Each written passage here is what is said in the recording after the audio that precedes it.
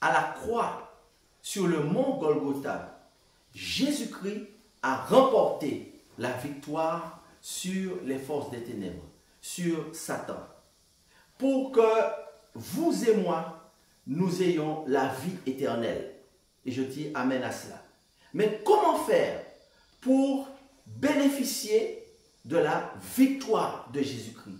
Comment faire pour participer à sa victoire dans le combat qui oppose tous les habitants de cette planète contre Satan et les forces du mal? Eh bien, pour cela, il faut prendre un certain nombre de résolutions. Il faut prendre les bonnes résolutions, sans lesquelles on ne peut bénéficier de la victoire du Christ. C'est ce que nous allons voir aujourd'hui. Prions le Seigneur. Éternel notre Dieu, notre Père, nous voulons que tu nous éclaires sur ce sujet d'une extrême importance, de comment comment bénéficier de la victoire de ton Fils Jésus-Christ sur la croix du Calvaire, sur le mont Golgotha, afin que nous puissions bénéficier de son sacrifice pleinement et recevoir ainsi le pardon, la joie, la paix et la vie éternelle. Parle-nous aujourd'hui par ton Esprit Saint au nom de Jésus-Christ. Amen. Quelle bonne résolution prendre pour pouvoir bénéficier de la victoire du Christ sur la croix? Le monde entier, à l'heure où je vous parle, est suspendu à cet événement en ces jours où beaucoup célèbrent la Pâque, eh bien, de la mort du Christ sur la croix. Mais c'est un événement extraordinaire. Comment faire pour bénéficier de cette victoire? Jésus-Christ nous déclare que pour être approuvé par lui, notre objectif et notre préoccupation, c'est d'être une épouse sage qui attend le retour de l'époux. Il y a beaucoup de symboles dans la parole de Dieu et il nous dit que pour être une épouse sage, il faut être approuvé par Dieu afin de pouvoir rentrer dans la salle de noces. Alors comment être cette épouse sage? Jésus-Christ a donné une petite histoire imagée, une parabole, dans Matthieu chapitre 25 au verset 1er. Il déclare: alors le royaume des cieux sera semblable à 10 vierges qui, ayant pris leur lampe, allèrent à la rencontre de l'époux. 5 d'entre elles étaient folles et 5 sages. Comment Jésus-Christ va-t-il montrer la différence entre les épouses folles qu'il qualifie de folles et les épouses qu'il qualifie de sages? Lisons la suite du récit de Jésus.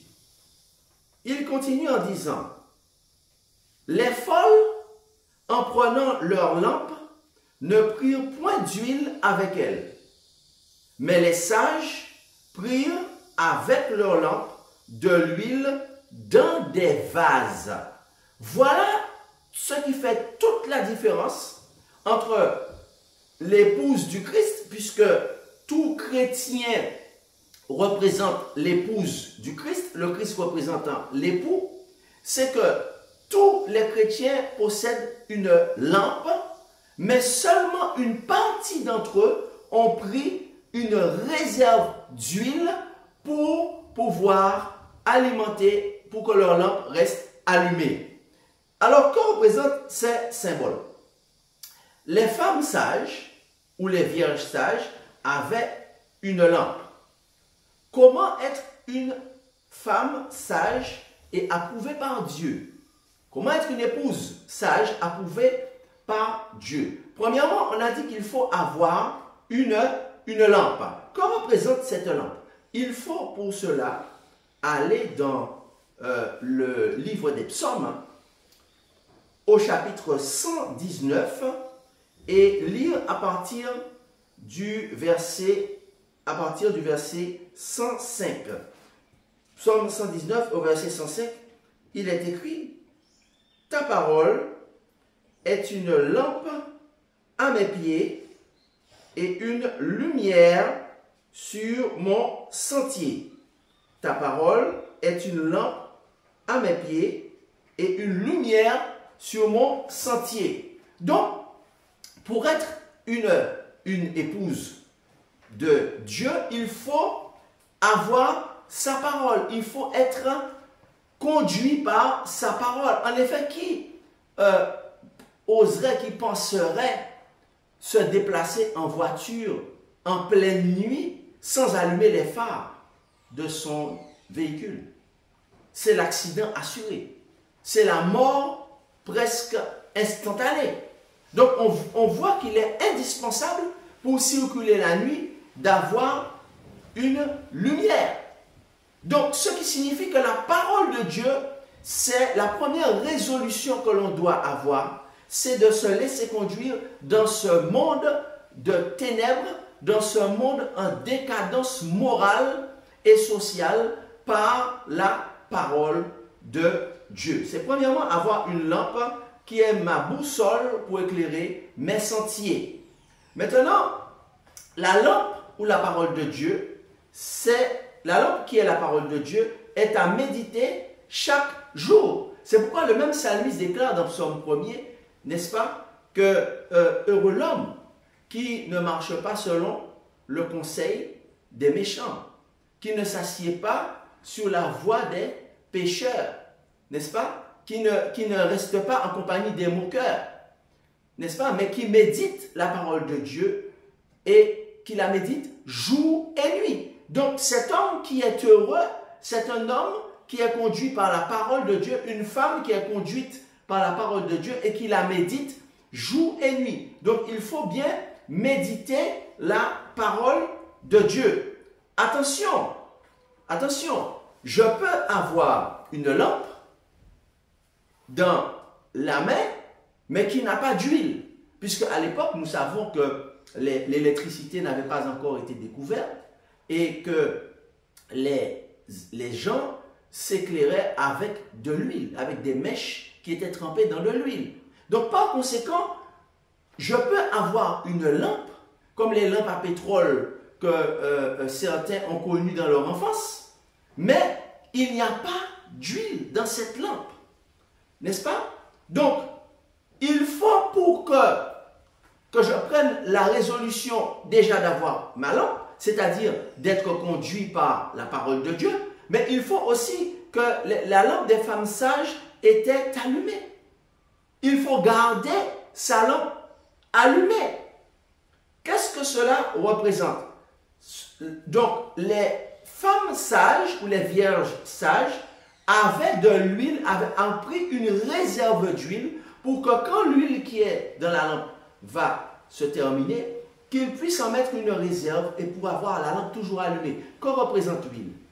D'après la parole de Dieu, d'après la symbolique du sanctuaire israélite, l'huile était mise dans les chandeliers et représente le Saint-Esprit. Et je dis gloire à Dieu pour cela.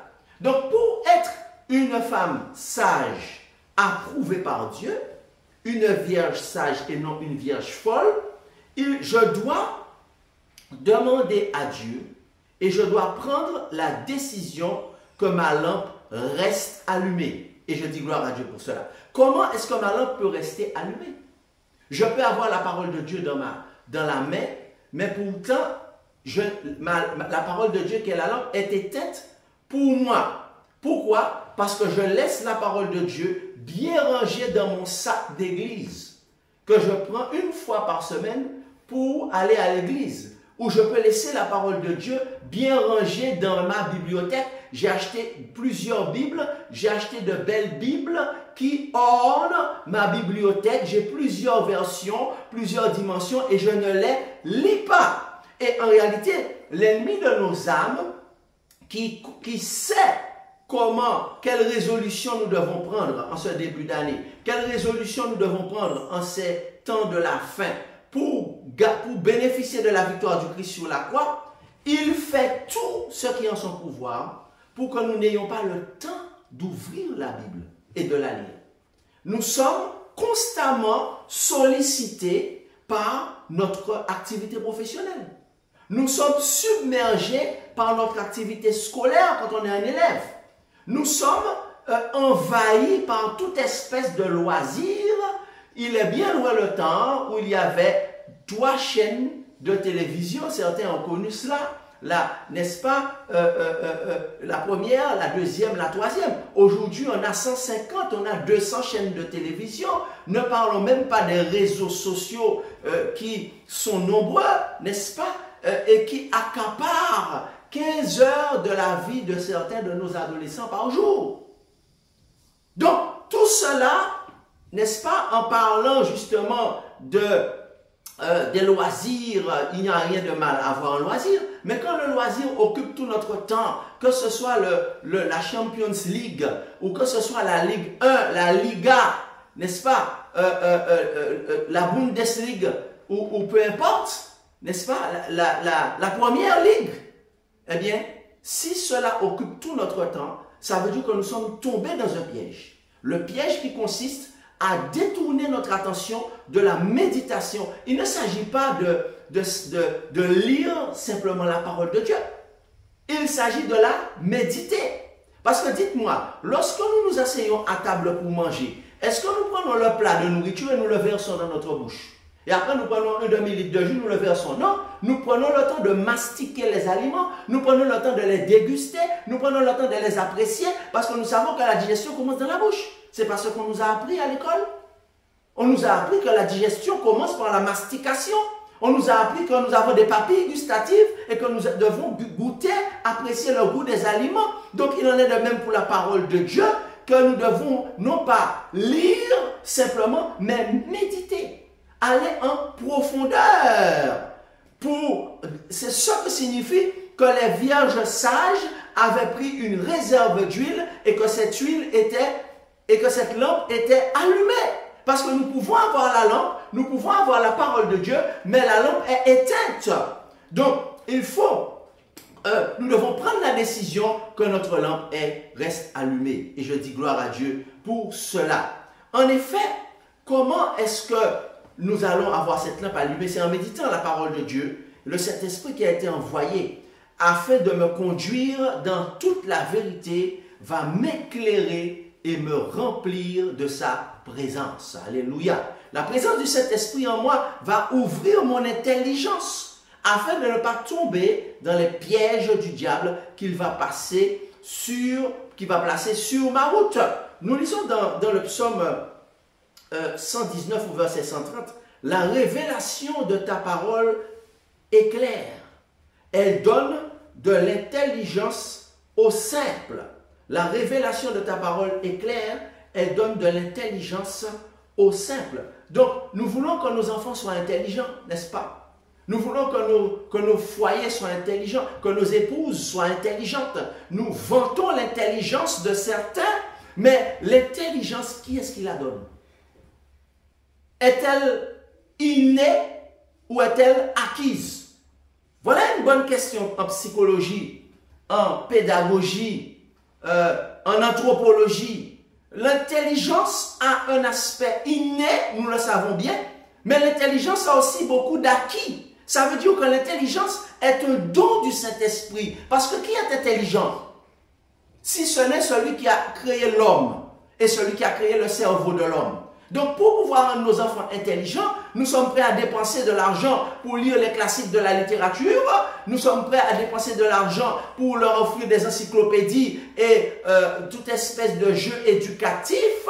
Mais sommes-nous prêts à les encourager à entrer en contact avec la source de l'intelligence qui est le Saint-Esprit? Et nous nous étonnons après que la société est décadente.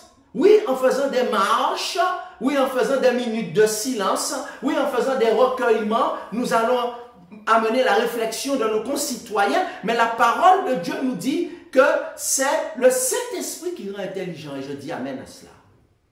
Et il y a beaucoup de passages dans la parole de Dieu. Si nous lisons le psaume 119 au verset 100, la parole de Dieu déclare que les personnes âgées doivent être honorées à cause de leurs cheveux blancs, qui sont un symbole de la sagesse. Mais est-ce que toutes les personnes âgées sont sages?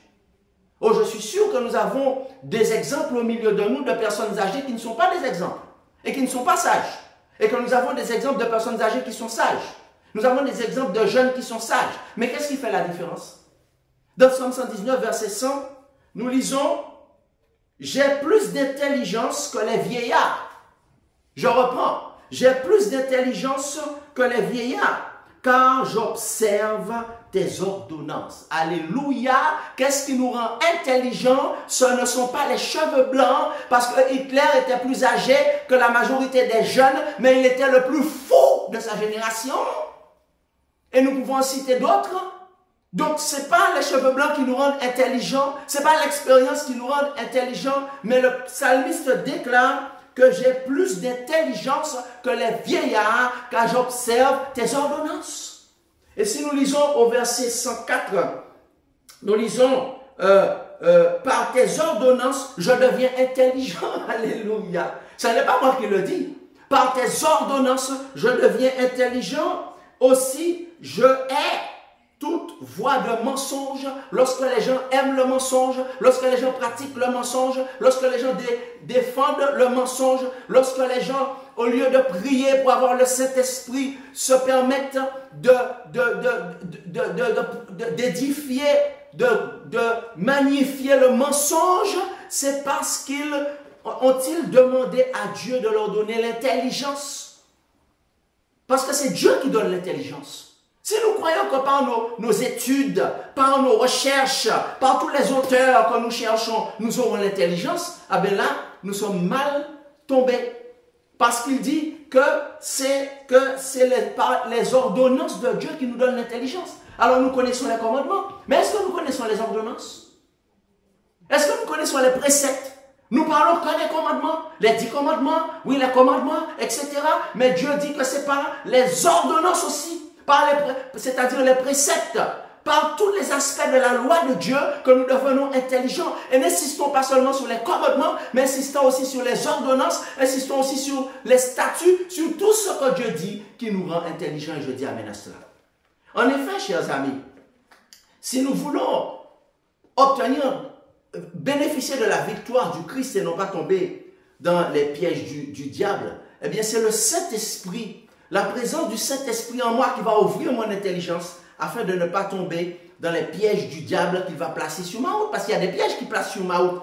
Nous allons pouvoir, par la méditation de la parole, n'est-ce pas? Et nous avons dit la méditation de la parole, oui, il y a des auteurs qui nous permettent d'avoir des idées sur la parole. Mais ce ne sont pas les auteurs, ce ne sont pas les théologiens qui vont nous instruire sur la parole de Dieu.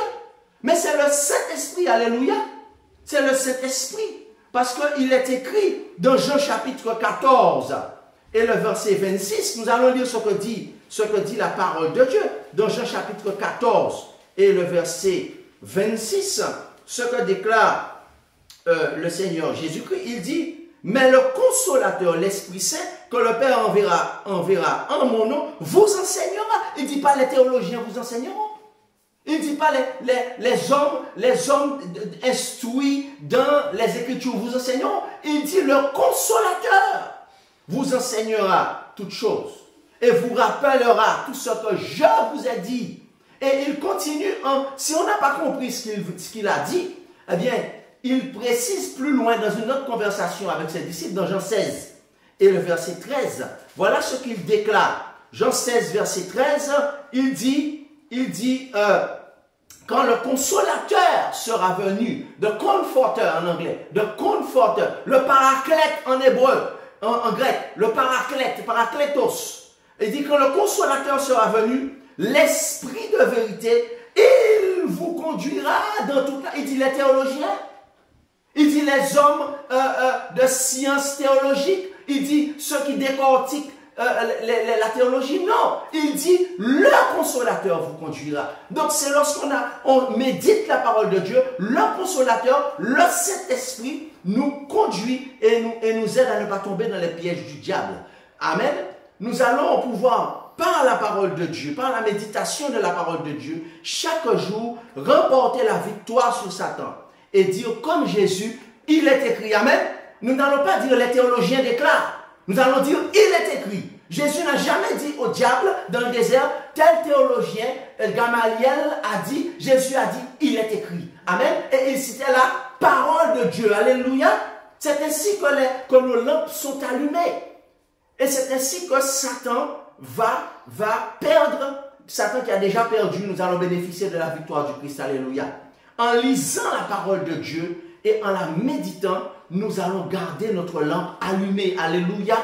Il ne nous dit pas en lisant les théologiens, mais il dit en lisant la parole de Dieu. Amen. Il dit tes ordonnances, tes statuts. Et il déclare en lisant la parole de Dieu et en la méditant, eh bien, nous allons être remplis du Saint-Esprit. Où est-ce que c'est marqué cela?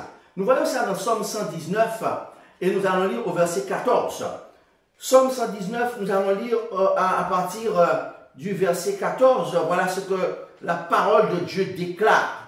Je me réjouis en suivant tes préceptes. Il dit comme si je possédais tous les trésors. Il dit au verset 15, je médite tes ordonnances. J'ai tes sentiers sous les yeux. Je fais mes délices de tes statuts. Vous voyez, il n'y a pas que les commandements. On exalte les commandements, mais Dieu dit j'ai aussi des ordonnances. Dieu dit j'ai aussi des statuts qui sont importants. Alors nous faisons une hiérarchie de ce qui est important, de ce qui n'est pas. Ah oui, les commandements sont importants, mais on met de côté les ordonnances, on met de côté les statuts. Ce n'est pas ce que dit la parole de Dieu.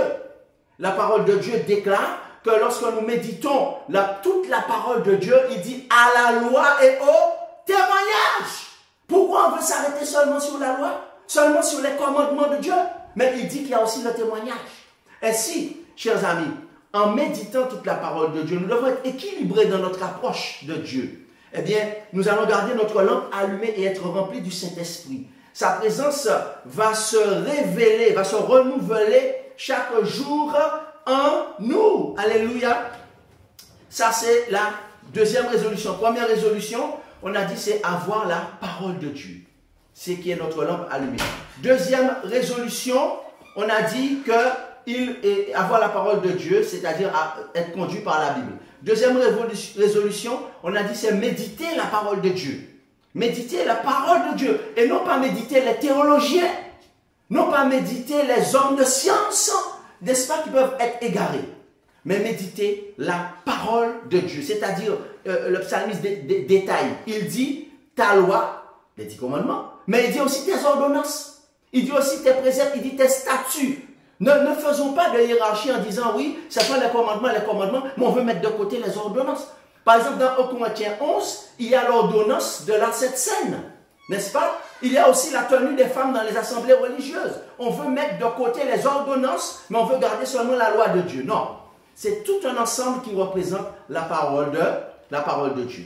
Enfin, la troisième résolution à prendre et décision à prendre en ces temps de la fin, chers chrétiens, c'est avoir des moments de prière de qualité avec Dieu. Des moments seuls avec Dieu, de qualité avec Dieu. Passer du temps dans la présence de Dieu. Parce que la parole de Dieu déclare dans Galates chapitre 5 et le verset 16 que c'est très important si nous voulons bénéficier de la victoire du Christ, de passer du temps, des moments importants dans la présence de Dieu. Nous lisons Galates 5, verset 16. Je dis donc, marchez selon l'esprit. Est-ce qu'il dit marcher selon les théologiens? Est-ce qu'il dit marcher selon les érudits de la Bible? Hein? Il dit marcher selon l'esprit. Faisons attention. Parce que depuis à l'époque de l'apôtre Paul, il y en a qui se réclamaient de Gamaliel, il y en a qui se réclamaient de tel et de tel, mais la Bible, la parole de Dieu qui est au-dessus de tout, qui est la norme, ce qu'on appelle le canon en théologie, déclare marcher selon l'esprit. Et vous n'accomplirez pas le désir de la chair. Ce que votre chair vous commande, vous n'allez pas le faire.